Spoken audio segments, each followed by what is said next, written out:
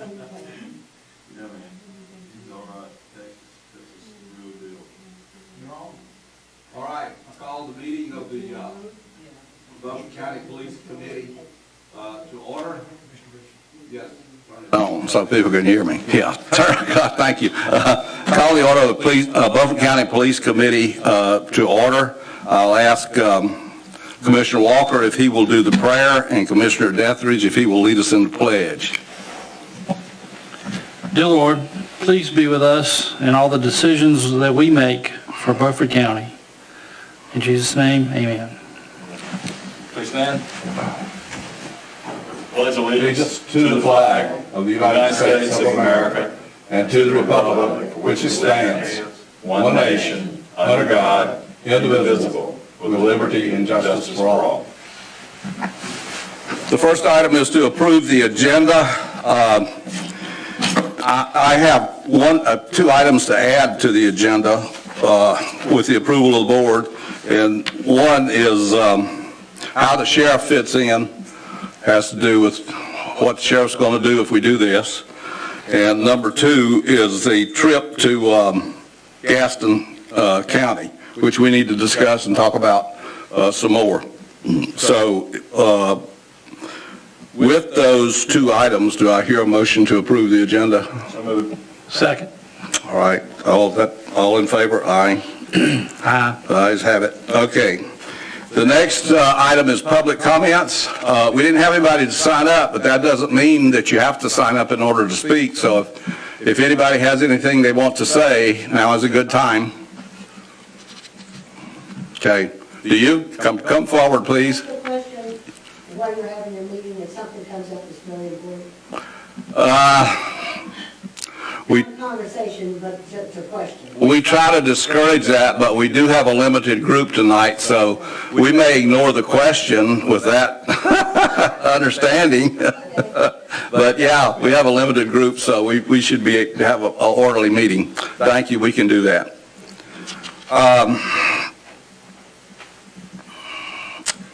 No public comments.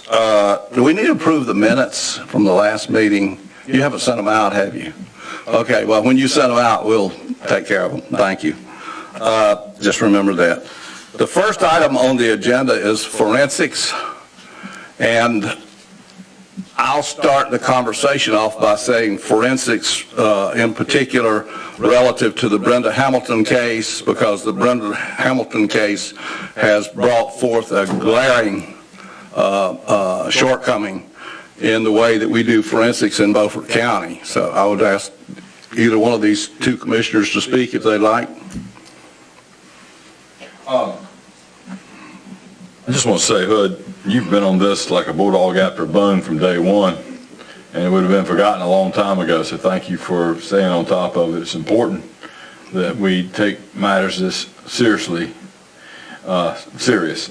And I think I mixed that up, but thank you anyway.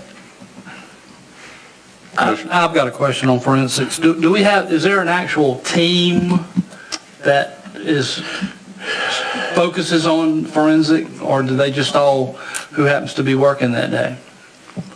From my knowledge and what I've seen, it happens to be who is working that day. I know we have a so-called forensics vehicle, but the complaints that I have heard from the public, quite frankly, are, with the last sheriff, before Sheriff Coleman, if you didn't steal more than like $1,000, he wouldn't investigate it. Stealing, still stealing, doesn't matter what the amount is.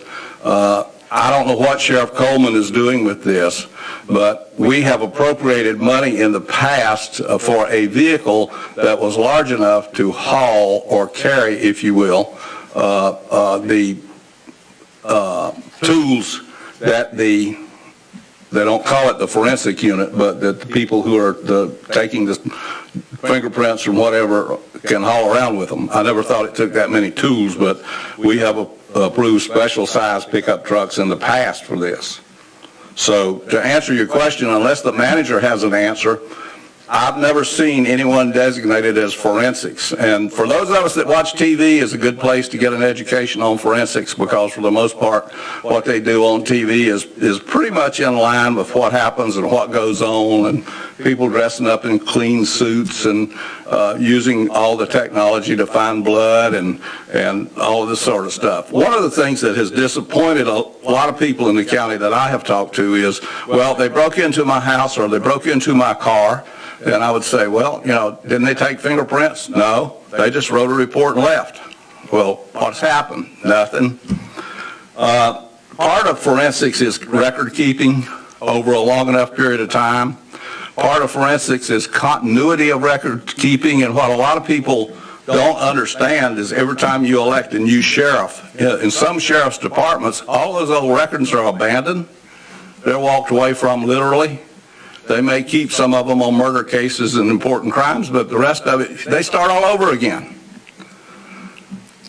To be people who are doing forensics need to have an education that leads them, a formal education that leads them toward forensics. And that is something like biology or one of the other technical fields that requires an understanding and knowledge of technical things, and I'm positive that we don't have that. With a police department, you can have people who have a career in forensics, and they can spend 30 years with Beaufort County doing forensics. That's their specialty. And what you would get from that you don't have now, is a series of records. For instance, we took fingerprints at a certain place. We don't know whose they are. Then somebody else in the neighborhood was broken into. We took another set of fingerprints, and we took some more. And finally, 3 or 4 of these things match up, so we know the same guy's doing it. Maybe we can identify him. Maybe we can't. The whole point is, even on routine investigations, Beaufort County, to my knowledge, is not even scratching the surface on forensics from the standpoint of solving crimes. Now, the Hamilton thing, Brenda Hamilton case, which I'll just thumbnail for you for those who don't know, was an animal attack almost 2 years ago in February or so, January, February, in the wintertime when she was out walking and it was dark. And she was found near death, which she subsequently died shortly thereafter. And people started complaining to me right away that the sheriff's department did not cordon off the scene. If you've got human blood on any scene, you need to cordon it off. There's no way that the sheriff would have known when he arrived when I say the sheriff, I'm talking about his deputies who under the law are the same as he. So when I say the sheriff, it's whatever deputy was there was the sheriff. When the sheriff arrived at the scene with blood on the scene and a woman laying half dead in a ditch, there is no way that they knew whether some psychopath had attacked her or whether an animal had attacked her. They didn't know. They could not possibly have known in the dark like that. So common sense would tell you that the scene should have been cordoned off for the scientific collection of evidence, and that is forensics. Another thing that happened, the sheriff did not want to pursue the case, and it took the commissioners forming a committee, which I was fortunate enough to be chairman of, in order to force the investigation to come to an end, and it came to a sorry end, because what we found out when we forced this was that the samples had been poorly collected, had been poorly cared for, and within forensics, one of the things that you do for the protection of evidence, in case there was a criminal involved in this, is you divide the samples. It's called sample splitting. You split the samples into 2 or 3 batches. Then you can give those samples to various people and agencies to do things, and normally you keep one for yourself so that if you have to prove something and duplicate a result, you can pull it out and duplicate a result. And that's why you do that, for the purpose of duplicating results. Because when you go to trial, if you can't duplicate the results, you don't have a case. So what we found out from this is that the sheriff was doing nothing even close to normal forensics.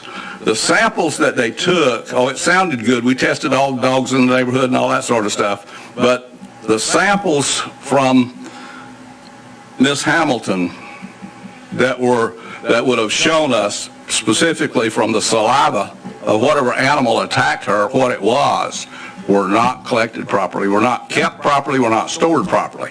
The people that did the final testing on this, I talked to the lady in Florida who did this, and she said if I'd have had better samples, I could give you better results.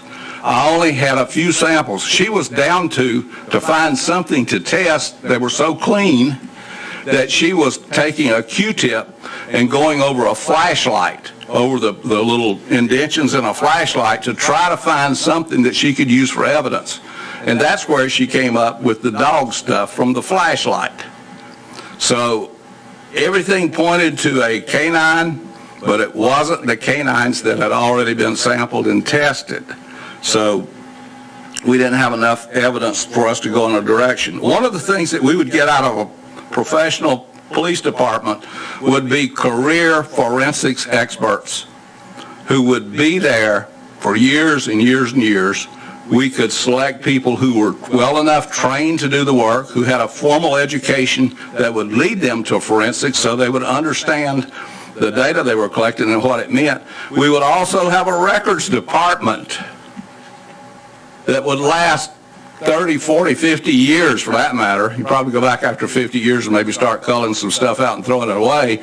But you would be able to keep records long enough, and scientific records long enough, and test records long enough, so that if you had a repeat offense or a similar crime, you would be able to do some real investigative work. And we all watch TV and we all see these cases, and they're real cases where 10 years later somebody's found and convicted of something, even longer periods of time than that. That's why we need professional forensics experts in Beaufort County. It will make us all sleep better at night. It will give the public a much better feeling about investigations, because at the moment, from what I know, investigations consist entirely of filling out that report and shoving it in a file somewhere, and that's the end of it unless somebody starts pushing it. You know, we all know the way the sheriff things work so far as finding criminals in crime. Of the public cry comes out and the sheriff gets on the ball. Other than that happening, there's not very much happens. If you want your loved one's case really investigated, you have to go down and push for it to be done. That's not to say you wouldn't have to do that if you had a police department, but you would certainly not have to go to one person, the sheriff, the only person you can go to get a crime pushed. So with that, do you have comments on forensics? Yeah, are you aware of where there's been forensic fumbling that have caused a court case to be altered? How would you even know if I mean, is this a reoccurring thing in our Beaufort County court cases that, you know, oh, they didn't do a good job? I mean, do we have any idea? I mean, we probably wouldn't even know. Or have you heard of any that? I haven't heard of any specifically, but what came to light out of this from our committee's work was that forensics is not even close to being handled properly in Beaufort County. So I would presume in a lot of other cases that's the case. I know that in break-ins, as a routine thing, we don't try to lift fingerprints. We don't do the thorough investigation that we should be doing. If you had a police department, then we could set up a policy. We would know what's being done, under what conditions this would be done, and that would be done. Right now, you have a one-man show with the sheriff, and that is he decides everything. The county commissioners cannot sit here right now and tell you what our policy is on investigating what. There's also many unsolved cases over the years in Beaufort County, especially murder cases, that have just died. And if you go ask the sheriff about them, they don't know anything about them. But they're there, and I encourage the public to come out and tell us about those cases of where people have been murdered, or you've had serious crimes committed, and the investigation has just wilted away. So, Commissioner Deathridge, do you have anything? No. Our problem, to answer Commissioner Walker, is that we simply don't know because the sheriff will not make information available. The Beaufort Observer that I'm associated with, we've made request after request under the statute and under the law of this sheriff and the sheriff before him. They refuse to give us the information. So they shut it down. So what do? We got enough money to sue them every day? Not hardly. With a police department, you will have a policy, and you will have a chief of police, you'll have a manager that you can go to, county manager you can go to, you'll have 7 commissioners that you can go to who have influence over what goes on in that department. Right now, one man makes all of the decisions. And that's not right. Democracy, that is not democracy by any stretch of the imagination. And I'll throw this little statement in too. The Magna Carta, 900 years, what was it, year 900? No, it was after William the Conqueror, so it had to be a sync between 1016. Was it? And, Yeah. At any rate, the Magna Carta, of the items that are addressed in the Magna Carta, 1/3 of them concerned the abuse of sheriffs. Abuse not of, but by sheriffs on the public. And one of the things that stands out in my mind, and I haven't read the thing closely, is he cannot take up habitat in your home. Suddenly became against the law. Can you imagine if the sheriff wanted to move to your house and say, I'm here, start cooking and fixing, and I can live here as long as I want to? They were doing that. They were doing stuff like that. So that's why we had the Magna Carta, which was the beginning of democracy from the English standpoint. That was June 15th of 1215. 1215. Right. All right. Thank you for looking that up. Yeah. This I'll look that up. 2,800 years. Yeah. We've had the same basic system with sheriffs for 800 years. And modern crime has definitely outran what was crime 800 years ago and what was crime even 500 years ago. Most of the time, the blood was still there. They saw somebody shot somebody. It was simple stuff compared to what we have now with drugs and all of the other things that can happen. This is complex criminality today, and that's another reason why we need professional police, not an elected sheriff that's going to go around and tell us what he's going to do and what he's not going to do. I would imagine forensics is a degreed college. Probably is. Probably is, yeah. Yeah. So, Commissioner Richard, I sent Chief Deputy Rose a quick text to ask him a question about evidence collection. He said, all sworn personnel receive training on evidence collection and preservation. We also have several investigators who have received advanced training on how to document and work crime scenes. So, Okay. Well, then we need to start doing what they've been trained to do, because they haven't been doing it. And this is something we can talk more about later on, but this is just an example of when you leave this up to one person who will not tell you what's going on, and you have to have the commissioners get behind it to force it to a sorry conclusion. It's not right. The public deserves better than this. We ask for this particular meeting. The next item on the agenda, if we're done with that one, has to do with the SBI response. We were looking for a police presence to come to this particular meeting and talk to us a little bit about how they would fit in if a change were to be made, or if they had any advice or opinions or whatsoever. And the manager, I have an email from the manager which I'd like to get into the record because I think it's important. If I may, Mr. Manager, this is from dated July the 22nd. I'll give you a copy of this, Madam Clerk. I spoke this morning, the manager says to me, I spoke this morning with Special Agent in Charge, Marcia Rogers of the Northeastern District. She said the SBI works off a request either from a DA or the head of a law enforcement agency, sheriff or police chief. She said she had not worked personally with an agency like Gaston County Police, but the SBI's interaction would be the same no matter what which agency made a request. She said her office would not be able to add anything, observations or advice to the discussions the police committee was having. And I think that's a great plus, because what it says to me is we don't have a problem if you want to change the way that you're enforcing law, criminal law in Beaufort County. So nothing would change with the SBI. I would presume nothing would change with the FBI. So I don't know of any reason that it would. And for the public's information, over half of the law enforcement in the United States is done by police departments. Not sheriffs, police departments. Does anybody have anything they want to add?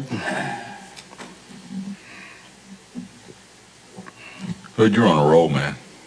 No, I don't want to do all the talking. Kind of summing it all up. Well, I will say that it's the one thing that I would like to see happen is the politics be taken as much as possible out of dealing with the people of Beaufort County. And I mean, we're a political body. People who work for us are political. It's the way it is. And the sheriff is political. I'm sure that if we had a chief of police, he would be political to a point. But I think he would water down the politics to a degree. That's one good thing about having a police department countywide. well, I think it'd be a lot less political. Right now, we have both parties represented on the board. So if you had a county police chief, county police force, it would have a tendency to be a whole lot more neutral than it is now, and fair to everyone. It would also, again, give the public the right. Public could come to commissioners and complain about investigations and how law enforcement was being done. So right now, who do you go to complain? The sheriff won't even talk to the commissioners. He won't even come to commissioners' meetings. He sends a mouthpiece. So that this is important, that the public be able to represent themselves at getting justice. That is very important. But, the last sheriff in Beaufort County, and we've been commissioners a long time, but the last sheriff in Beaufort County that would come and speak to us on a regular basis was Nelson Shepherd. That's correct. And he's been dead, what, And a decade and a half? Yeah, I was a commissioner about, 2 years Yeah. before, yeah. But Nelson didn't mind coming and talking to us. No, he'd come. And if he needed something or wanted something, he would come and explain it himself. One of the things that's going on in the public that I hear about all the time is you're setting up two police departments. You're setting up a sheriff, and you're going to have a sheriff's department, and then you're going to have a police department. That is not so. There's not a word of truth in that. The bailiffs, the sheriff would retain control, as the Constitution provides, of bailiffs and the running of the jail and the serving of papers. So he would have a staff that would do all of those things. That staff is already in place now. So you wouldn't add any people in that department. You would simply take the law enforcement part of the sheriff's department would become the police department. And within that law enforcement group, you would sit down and create some positions that we don't have now, like forensics, and other positions that we may need in order to have law enforcement in Beaufort County. So there's no need to add more people.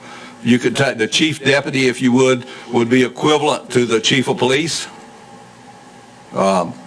And so would the other officers in that department, just right on down the line. There wouldn't be any change. There's no need to make any change. As a matter of fact, with the amount of overtime that I see that is paid by the sheriff's department. Now, I understand that they're on that deal where they work 12 hours. There's some built-in overtime into their work, regardless of what you do. But it's only about 8 or 9% of their total pay. I mean, we're paying deputies 15, 20, 25%. We paid one deputy last year $92,000. I got the W-4 forms to prove it. His base salary was about 55, 60 maybe. So there's a lot of overtime that's paid out. And the sheriff refuses to control that overtime. There is no control on overtime. If we had a police department, then we would have much better management control of overtime, because you would have commissioners, a manager, and a chief of police who could say, why are these people working all this time? How do you work that many hours in a year to make that amount of money? Are you ever at home? So a lot of people are making a lot of money in the sheriff's department in Beaufort County. But each one of those people is a political appointee. Keep that in mind. So to keep them on your side, I guess you let them make money, and then they go out and campaign for you on election day. You wouldn't have to worry about that with a police department. A policeman is a policeman is a policeman. Look at the police departments that we have in the county now. A policeman is a policeman is a policeman. He's not out campaigning for anybody. As a matter of fact, if he's doing anything, he's running from campaigning, because he doesn't want to become political. He cannot become political. So he can spend his time being fair and giving everybody fair and equal treatment. So the cost, anybody that's saying that the cost is going to go up simply does not know what they are talking about. If anything, the cost will stay the same, it will go down. Now, Sheriff Coleman, during the last 4 years that he's been in office, he's run through about an extra $2 million a year compared to what we were doing before. I know one of his big political campaign deals is, I'm saving you money. He hasn't saved us one thin dime. He has cost us money. Look at the cars in the back parking lot. Look at the cars with low mileages on them. And look at the fancy cars, the 15 or so unmarked cars that are not doing any police work, actually, because there's no police markings on them. The big vehicles that he has bought for his favored deputies to drive. We wouldn't have that anymore. Every car would have a mark on it unless it was a detective car for a purpose that they didn't need to be marked. So you'd have at least 15 more vehicles out there in the public that the criminals would be seeing, would give us a much greater presence in the county that the police are here. And a lot of times what deters crime is simply the presence of police. What would you envision the amount of deputies for the sheriff to be reduced to under this? Well, a good example of what goes on with his staffing is this year, the commissioners, I didn't vote for it, I don't know whether you guys did or not, voted to add 5 deputies to the sheriff, to put 5 more deputies on. Why? We still don't know why. He wanted 5 deputies, and he kept ranting and railing, and his buddies on this board decided that they would give him the 5 deputies. I asked, give us a report of the number of domestic contacts that you make in a month's time during each month. Give us a report of the number of criminal contacts you make in a month's time, so that we can see whether you need this or not, so you can justify this expense to the public. The political sheriff didn't justify anything, but he kept hammering his buddies on this board until they gave him what he wanted. I still don't know why he needed 5 more deputies. One of the things that you will get out of a professional police department, this is true in Gaston County. If you don't believe me, get online, pull up the Gaston County Police and start looking, and you will see the report that they give their commissioners every single month is the number of domestic contacts, the number of criminal contacts, the number of juvenile contacts. It's about 6 pages long. It's more stuff than I want to look at, frankly. But we would have that information. The citizens of Beaufort County would have a way to judge and scale how crime is being handled in Beaufort County. We need that. You need that. You need to be able to sleep at night. And right now, it's all a secret. And the reason it's a secret is because the elected sheriff says it's a secret, and the commissioners that you have elected, 4 of them can't get together and say, wait just a minute, bud, this is how this thing works, because it works quite a bit different than what a lot of people in this county think it works. But as long as he has 4 friends on this board, he will continue to waste money, and any other sheriff will do the same thing. Now, I'll talk about one more thing. There's a guy, and I'll think of his name in a minute. The manager probably knows his name. Who's the head of the police sheriff's association? Eddie Caldwell. Eddie Caldwell. And right now I'm going on rumor, but the friend that told me this swears it's true. Eddie Caldwell runs the police of the sheriff's association. Those letters that you get in the mail, that I get in the mail, and I got a stack of them, that says, please send me some money because the county won't fund me. I don't have enough money to keep you safe in Beaufort County. That's a big lie. Eddie Caldwell and the Sheriff's Association sends those letters out. There was a man in my office less than a year ago. He's a friend. I won't identify him, but he was somewhat had some problems. But he told me the Sheriff's Department loves me. I said, oh, really? Why is that? I gave them $2,100 last year. $2,100 from those letters that are being mailed out with the sheriff saying he doesn't have enough money to keep you safe and you have to make a contribution so he can do his job. Where does that money go? A nice bumper sticker? It doesn't even go into campaigns, I don't think. Yeah, but you get a really nice. Oh, yeah, when you give the money. Yeah, when you give the money. So, don't give money to any sheriff's department in the state of North Carolina. Beaufort County in particular, we've been spending more money every year than we've spent the year before.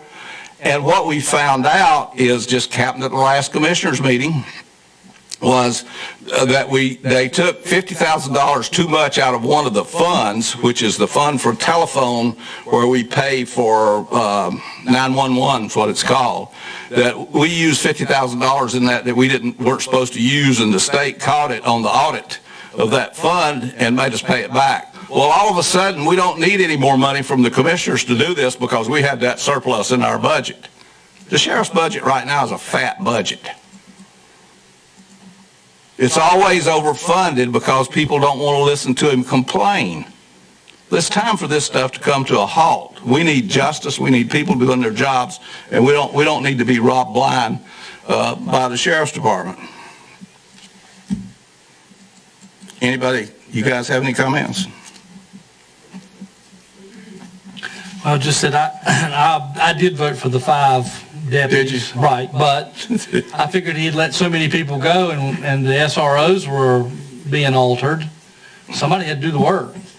Well, I mean, he let 12 SROs go. What we did was increase his normal staff by 5 people.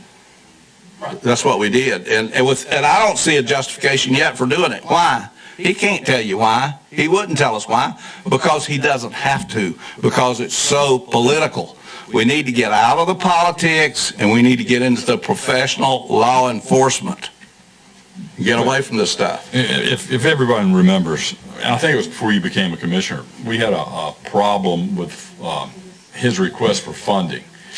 There was $250,000 or so sitting in his account.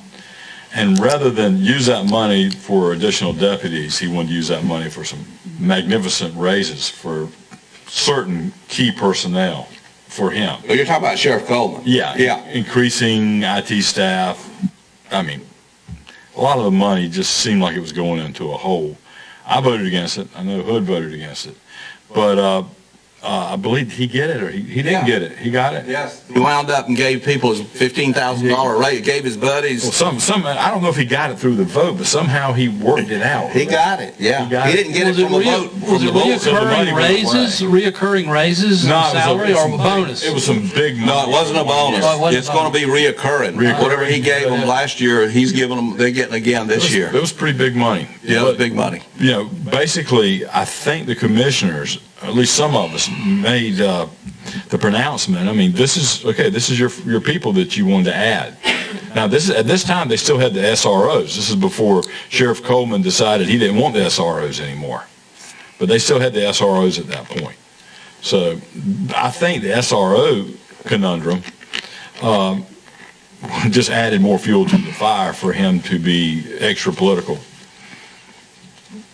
And you're quite aware of that whole SRO situation.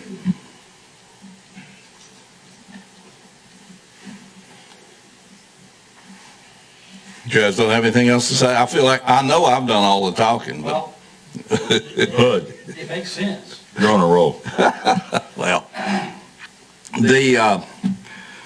how the sheriff fits in, I alluded to this a while ago. You're still going to have a sheriff. You're still going to elect a sheriff if we have a county police force. He is going to be responsible for running the jail, managing the bailiffs in the courthouse, and serving papers. That's what the Constitution says his duties are. And to remind you, the way that sheriffs got into enforcing criminal laws is somewhat by accident, because in the old days when we had a county courthouse and the sheriff sitting here and somebody needed to be arrested, the commissioners would tell the sheriff, we'll pay you to go arrest this guy and put him in your jail that you're running. It was just a logical thing to do. And so the body of law that has come about from sheriffs evolved from that. There's nothing in the Constitution that says that the sheriff is the chief law enforcement officer of the county. There's nothing. He has that by the public's approval and by the commissioner's approval. There's no law that justifies his existence doing that. So you're still going to have a sheriff, and he's still going to be there and doing his thing. He's still going to fit in. We're not going to have two separate departments that are doing the same thing. If you had a high-profile event, who would be the spokesman? Still the sheriff? Yeah. Or the police chief? Sheriff. He would be political. He's a political representative, I would think. Police chief is not a political representative. He's politically neutral. Well, I'm talking about for the news services, that who would they go to say, give us a comment on this situation? Well, if it was criminal, they'd go to the police chief or the manager. I mean, we see sheriffs from different counties for incidences that have happened. You see them all the time. I was just wondering who they'd go to now if we have this split, or kind of split, law enforcement. I mean, because really, this police department is going to be the law enforcement arm. The sheriff would be serving papers. So if you had a high-profile something, it would seem like the police department would be the one as a speaker. They would have the knowledge. Yeah. So that would be sort of a different change. Mm-hmm.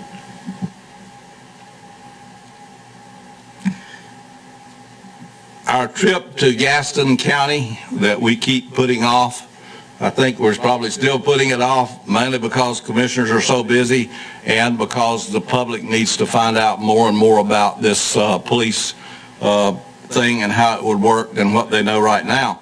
However, I did go to the National Association of County Commissioners meeting a week ago. I left on the 8th and came back on Sunday, and while I was there, I bumped into the chairman of the board for Gaston County, who was there. And he was very enthusiastic about his police force, and he's very enthusiastic about inviting commissioners to come. Mr. Manager, he said, we'll meet you halfway if we need to. We'll set up something halfway. And he says, if y'all come, we want you to meet with the commissioners. So at any rate, he was very, very enthusiastic. And I think he had talked to him after I went home. So they are very interested. They like their police force. They like the way it works. And he said back in the early days that when they were thinking about starting it, he said, we had a lot of experts come and talk to us about this, and we could not find a reason not to do it when all was said and done. So So that trip will be coming up. We can talk about it some more at the next meeting. Mr. Chairman, if y'all can come up with some dates, that would be the next jumping off point for us. I just need some dates to try to coordinate with them. Otherwise, we're kind of scrambling because they don't know when. So if y'all can figure out some dates for us, a couple of weeks, or I don't know, take an opportunity to look at your calendar and give us some dates, then we can try to formalize that with them. All right, we can talk among ourselves and see what we can come up with. I know Randy's busy, Stan's busy, and I'm busy. It seems like we're the three working commissioners. We are. Our future meeting date, I think the clerk has proposed a date, which I don't have a problem with, the 26th of August. Fine with me. Yeah. Okay. All right. Now, the next thing I haven't asked you, is there any new business or is there anything that a commissioner wants to bring up, say, discuss?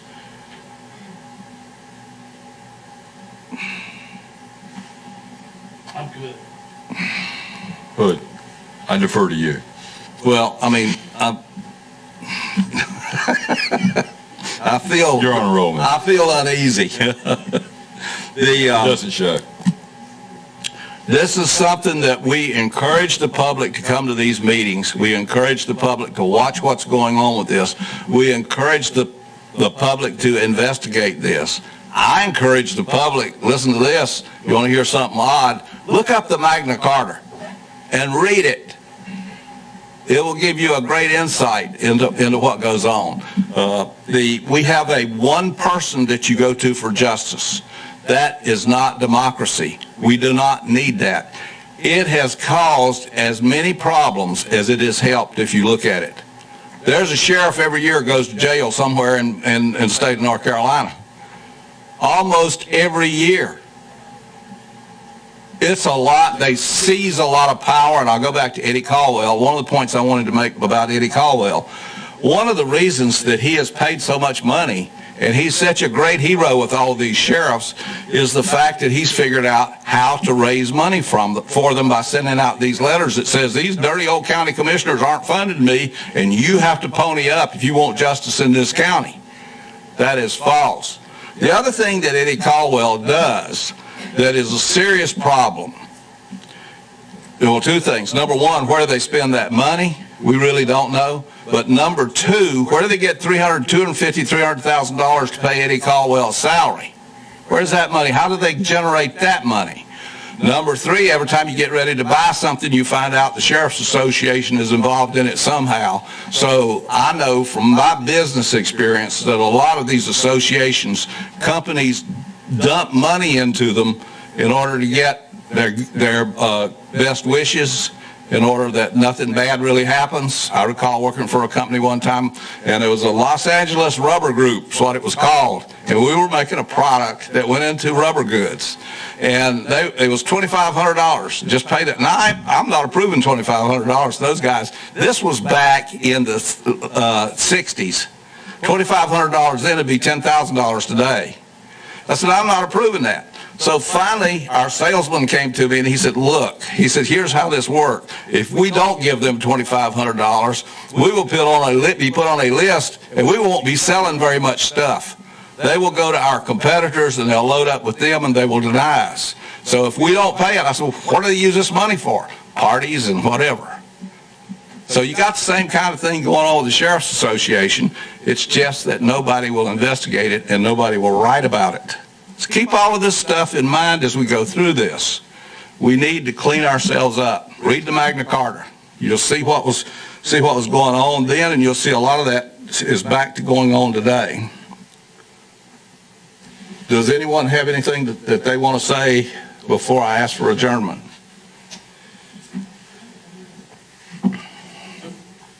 My quiet committee, Mr. Manager. Just whenever y'all are able to give us some dates, we'll reach out to Gaston County, see if we can't make this happen. We need by next month, we need to come, by our meeting next month, we need to come to a date. I mean, I've dragged my feet on this as much as anybody, but we need to go ahead and do it. So, Mr. Chairman, yes. would you please at the next meeting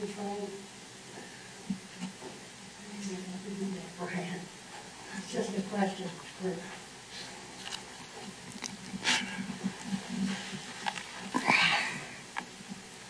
Okay, this is Dot Mode. I wanted to ask you if at the next meeting, maybe you could come up with some comparable figures of what we're paying for the sheriff now versus what we will be paying if we have a police force and the sheriff.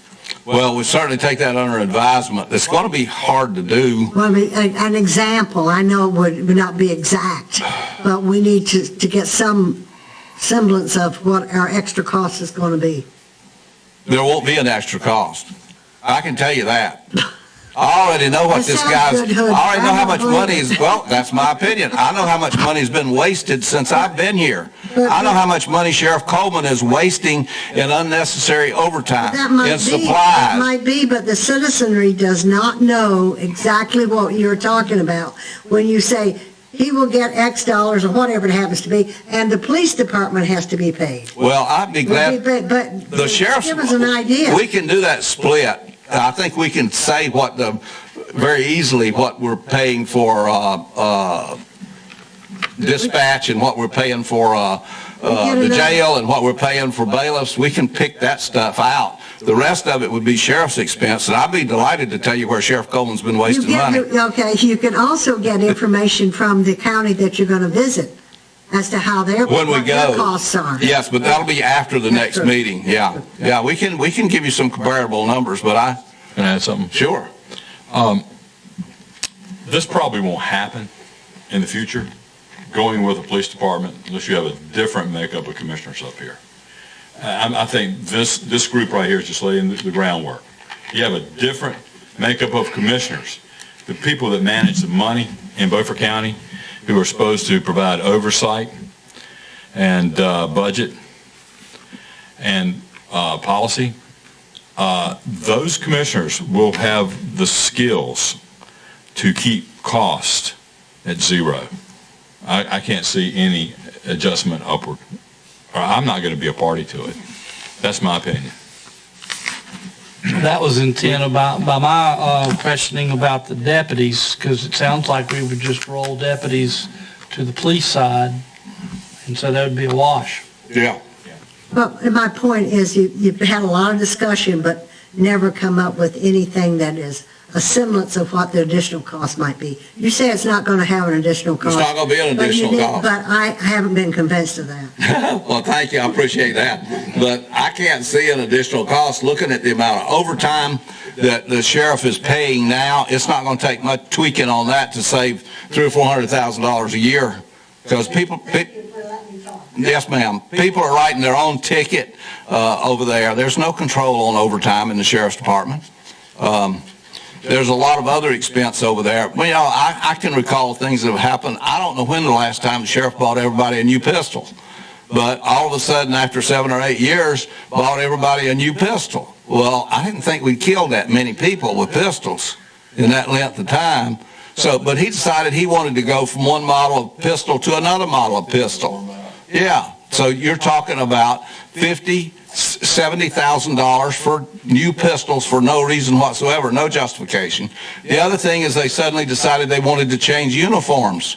You're talking about $150,000 to change uniforms. For what reason? He didn't like the looks of the ones he had. So you get into that kind of stuff and you can see where money has been being wasted hand over fist.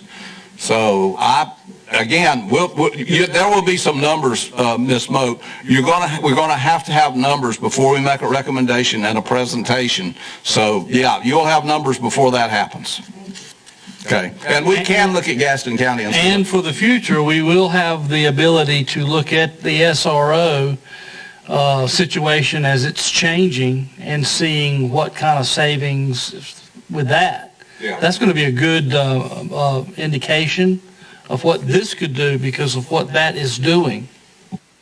Yeah, I think so. In other words, you mean the efficiencies that will come into closer management of the new SRO system as opposed to the old system, right? Because they just put the deputies out there and with no management whatsoever and told them don't do anything anybody tells you to do. That was a big rub with the school board. The sheriff would not cooperate with the school board because he was in control and he wanted to stay in control. That's one of the things that Eddie Caldwell tells his people. You're not going to lose control with me. You need to stick firm and cling, and you're not going to give them information, and you're independent. You're constitutional. Well, I'm a constitutional officer too.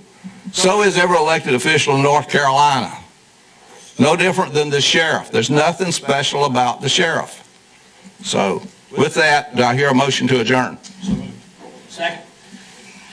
We are adjourned.